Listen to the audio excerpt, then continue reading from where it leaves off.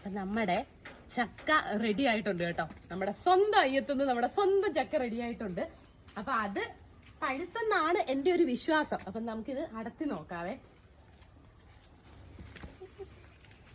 നീളം എത്തത്തില്ല.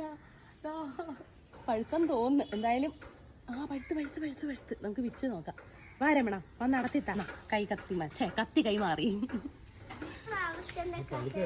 ആശിച്ച് മോഹിച്ച് പിച്ചിയ ചക്കയുടെ അവസ്ഥയോ നല്ല പോലെ ചീത്തയായിട്ടുണ്ടായിരുന്നു കേട്ടോ. അതുകൊണ്ട് തന്നെ മറ്റേ ചക്ക നിന്ന് പഴിപ്പിക്കാനുള്ള കൊതി എന്റെ മാറിയിട്ട് അത് അടത്തി ഇങ്ങ് എടുത്തു. പിച്ചാൻ പോയത് ഇതാട്ടോ. ഇത് വൻ ഫ്ലോപ്പ് ആയിപ്പോയി, ചീത്തയായിപ്പോയി. എങ്ങനെ ചീത്തയാവുന്നതെന്ന് എനിക്ക് അറിയാൻ പാടില്ല. പക്ഷെ ഇത് ഞാനങ്ങ് അടപ്പിച്ച്, കാരണം ഇനി അത് നിന്ന് ചീത്തയാവണ്ട, നമുക്ക് പിച്ച് വെച്ച് പഴിപ്പിക്കാന്ന് വിചാരിച്ചു കേട്ടോ. അപ്പൊ എന്തായാലും നമുക്ക് അകത്തേക്ക് പോവാം.